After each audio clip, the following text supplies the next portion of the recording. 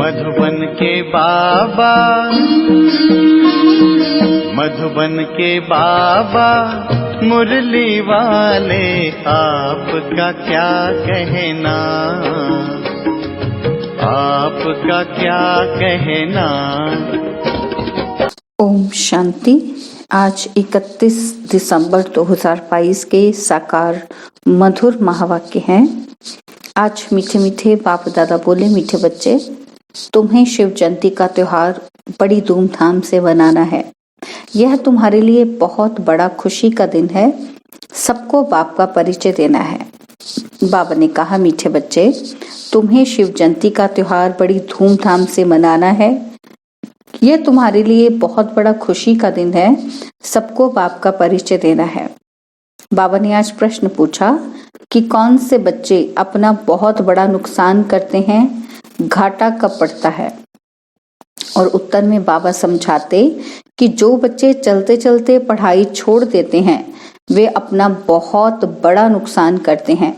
बाबा रोज इतने हीरे रत्न देते हैं, गुहे पॉइंट्स सुनाते हैं। अगर कोई रेगुलर नहीं सुनते हैं तो घाटा पड़ जाता है, नापास हो जाते हैं, स्वर्ग की ऊंची बादशाही गवा देते हैं, पद भ्रष्ट हो जाता है। मुरली का गीत है, रात के राही थक मत जाना, सुबह की मंजिल दूर नहीं। ओम शांति। यह रात और दिन मनुष्य के लिए है। शिव बाबा के लिए रात और दिन नहीं है। यह तुम बच्चों के लिए है, मनुष्य के लिए है। ब्रह्मा की रात, ब्रह्मा का दिन गाया जाता है। शिव का दिन, शिव की रात ऐसे कभी नहीं कहा जाता है। सिर्फ एक ब्रह्मा भी नहीं कहा जाएगा। एक की रात नहीं होती है, गाया जाता है ब्राह्मणों की रात। तुम जानते हो, अभी है भक्ति मार्ग का अंत, साथ साथ घोर अंधियारे का भी अंत है।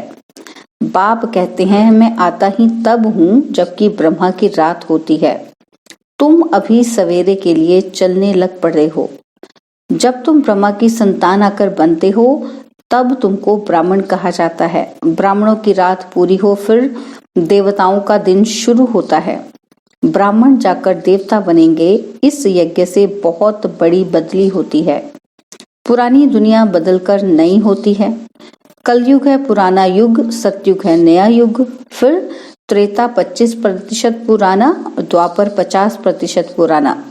युग का नाम ही बदल जाता है। कलयुग को सब पुरानी दुनिया कहेंगे।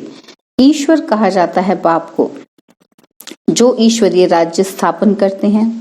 बाप कहते हैं, मैं कल्प कल्प संगम युग में आता हूँ। टाइम तो लगता है ना, यूं तो है 1 सेकंड की बात, परंतु विकर्म विनाश होने में समय लगता है, क्योंकि आधा कल्प के पाप सिर पर हैं। बाप स्वर्ग रचता है तो तुम बच्चे भी स्वर्ग के मालिक तो बनेंगे, परंतु सिर पर जो पापों का बोझा है उसको उतारने में टाइम लगता है, योग लगाना पड़ता है। अपने को आत्मा जरूर समझना है। आगे जब बाबा कहते थे तो जिस्मानी बाप याद आता था। अभी बाप कहने से बुद्धि ऊपर चली जाती है। दुनिया में और किसी की बुद्धि में यह नहीं होगा कि हम आत्मा रूहानी बाप की संतान हैं। हमारा बाप, टीचर, गुरु तीनों ही रूहानी है। याद भी उनको करते हैं। यह है पुराना शरीर, इनको क्या श्रृंगार करना है, परंतु अंदर में समझते हैं कि अभी हम वनवाह में हैं। ससुर घर नई दुनिया में जाने वाले हैं। पिछाड़ी में कुछ भी नहीं रहता है, फिर हम जाकर विश्व के मालिक बनते हैं। इस समय सारी दुनिया जैसे वनवाह में है। इसमें रखा ही क्या है, कुछ भी नहीं। जब ससुर घर था तो हीरे ज्वारों के महल थे, माल ठाल थे। अभी फिर पियर घर से ससुर घर जाना है। अभी तुम किसके पास आए हो? कहेंगे बाप दादा के पास।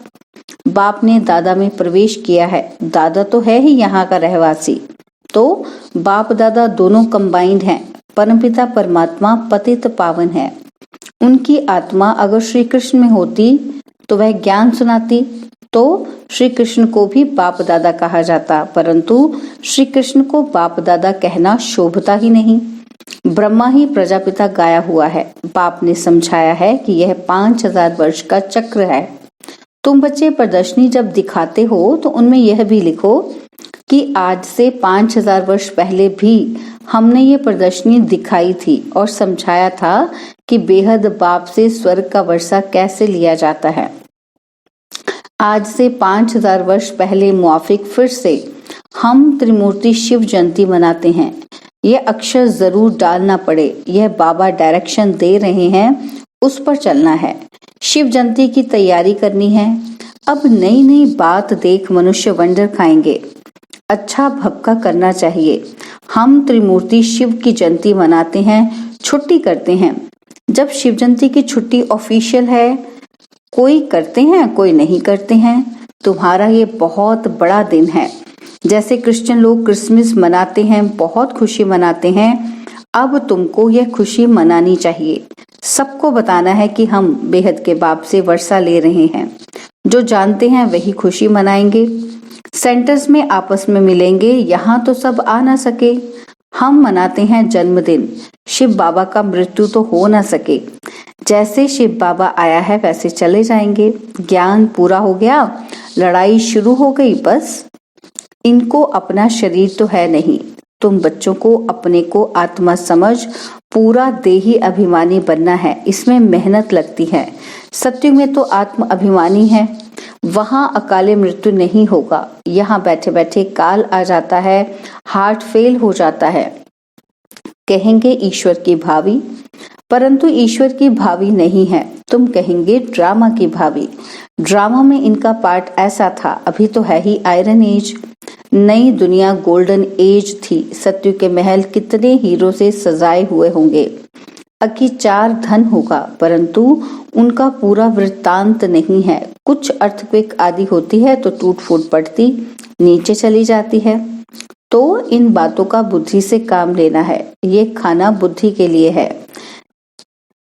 तुम्हारी बुद्धि ऊपर चली गई है। रचता को जानने से रचना को भी जानते हैं। सारे सृष्टि का राज बुद्धि में है। ड्रामा में ऊंचे से ऊंचा है भगवान, फिर ब्रह्मा विष्णु शंकर। हम इन तीनों का ऑक्यूपेशन बता सकते हैं। क्या क्या पार्ट है। जगदम्बा का कितना बड़ा मेला लगता है। जगत अम्बा जगत पिता का आपस में क्या संबंध है, ये कोई नहीं जानते, क्योंकि यह गुप्त बात है। माँ तो यह बैठी है, वह थी एडॉप्ट की हुई, इसलिए चित्र उनके बने हैं।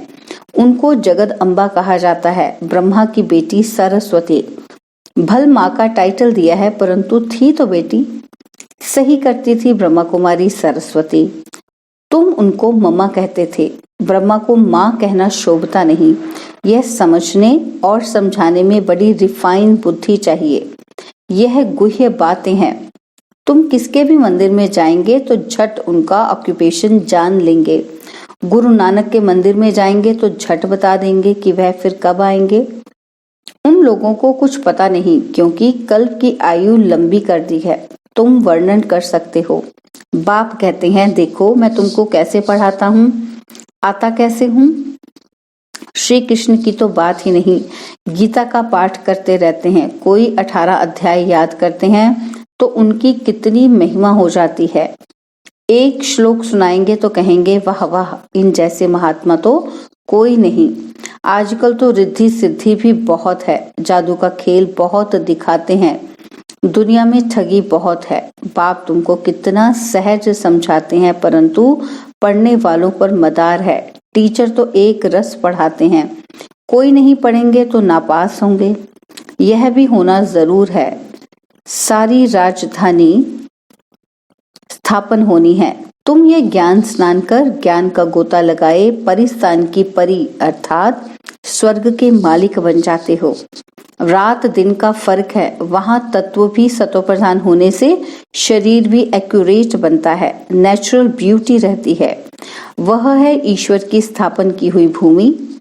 अभी आसुरी भूमि है। स्वर्ग नरक में बहुत फर्क है।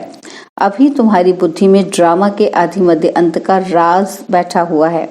नंबरवार पुरुषार्थ अनुसार। बाप कहते हैं अच्छी रीति पुरुषार्थ करो। बच्चियां नए नए स्थान पर चक्र लगाने जाती हैं। अगर अच्छी माताएं आदि हैं तो सर्विस को जमाना पड़े। सेंटर पर अगर कोई नहीं आते हैं तो अपना नुकसान करते हैं। कोई पढ़ने के लिए नहीं आते हैं तो उनको फिर लिखना चाहिए। तुम पढ़ते नहीं हो, इससे तुमको बहुत घाटा पड़ जाएगा।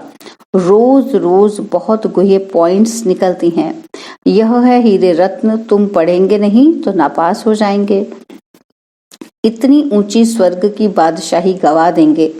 मुरली तो रोज सुननी चाहिए। ऐसे बाप को छोड़ दिया तो याद रखना नापास हो जाएंगे, फिर बहुत रोएंगे, खून के आंसू बहाएंगे। पढ़ाई तो कभी नहीं छोड़नी चाहिए। बाबा रजिस्टर देखते हैं कितने रेगुलर आते हैं, ना आने वालों को फिर सावधान करना चाहिए। श्रीमत कहती है पढ़ेंगे नहीं तो पद भ्रष्ट हो जाएंगे, बहुत घाटा पड़ जाएगा। ऐसे लिखा पढ़ी करो तब तुम स्कूल को अच्छी तरह उठा सकेंगे।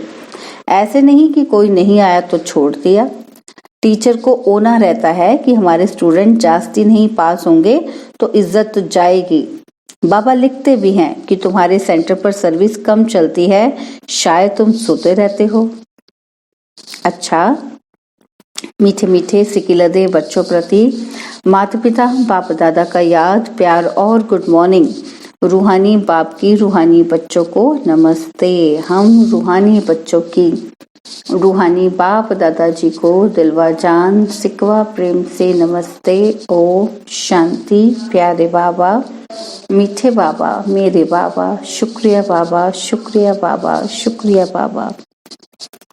धारणा के लिए मुख्य सार है। पहला पॉइंट, इस पुराने शरीर का श्रृंगार नहीं करना है, वनवाह में रह नए घर में चलने की तैयारी करनी है।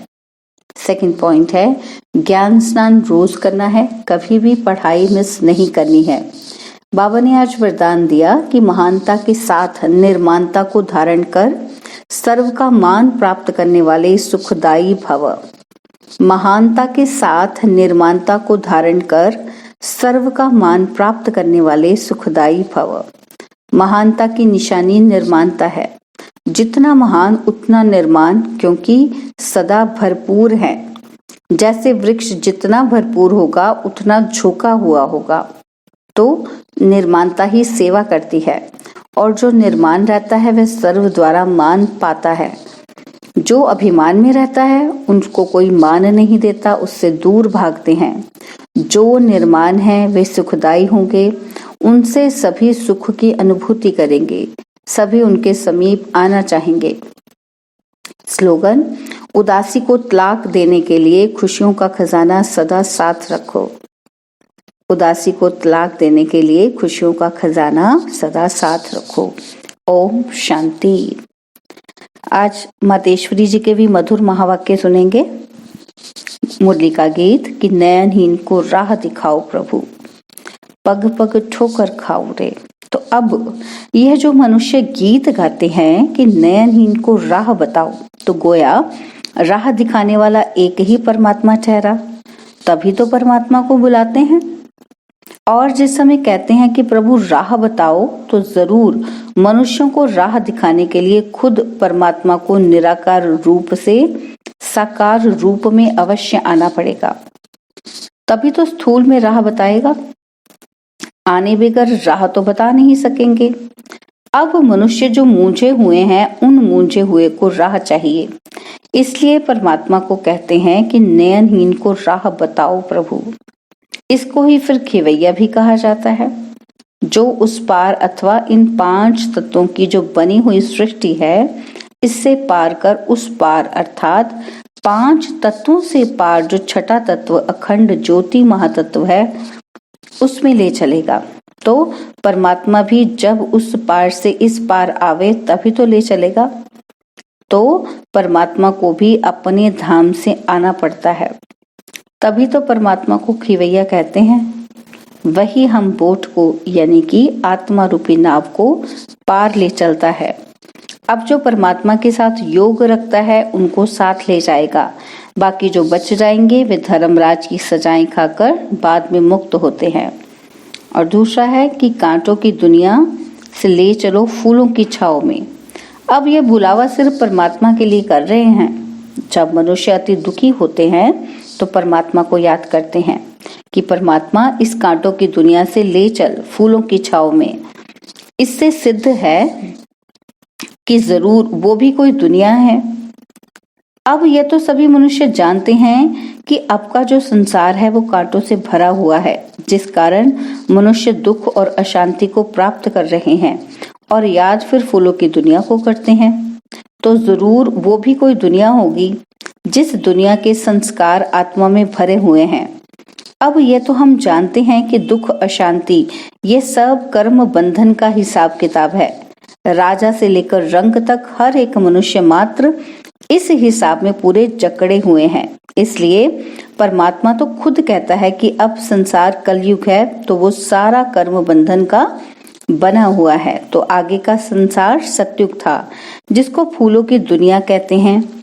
अब वो है कर्म बंधन से रहित जीवन मुक्त देवी देवताओं का राज्य, जो अब नहीं है। अब यह जो हम जीवन मुक्त कहते हैं, तो इसका मतलब यह नहीं कि हम देह से मुक्त थे, उनको कोई देह का भान नहीं था, मगर वो देह में होते हुए भी दुख को प्राप्त नहीं करते थे।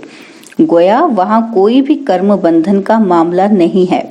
वो जीवन लेते, जीवन छोड़ते, आदि मध्य अंत सुख को प्राप्त करते थे। तो जीवन मुक्ति का मतलब है जीवन होते कर्मातीत। अब ये सारी दुनिया 5 विकारों में पूरी जकड़ी हुई है, मानो 5 विकारों का पूरा पूरा वास है। परंतु मनुष्य में इतनी ताकत नहीं है जो इन 5 भूतों को जीत सके। तभी परमात्मा खुद आकर हमें 5 भूतों से छुड़ाते हैं और भविष्य प्रारब्ध देवी देवता पद प्राप्त कराते हैं। अच्छा, ओम शांति। और अब यह एक बहुत अच्छी वीडियो भी जरूर देखें।